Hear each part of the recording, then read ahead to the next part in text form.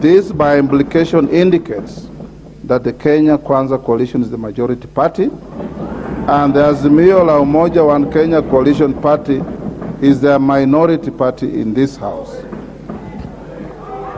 4, that the Kenya Kwanza coalition is entitled to appoint the leader of the majority party, while the Azimio la Umoja One Kenya coalition party is entitled to appoint the leader of the minority party. Consequent upon the foregoing, honorable members, the leadership of the majority party will be as follows. The member for Kikuyu constituency, the Honorable Kimani Ichung'wa. All the honorable members.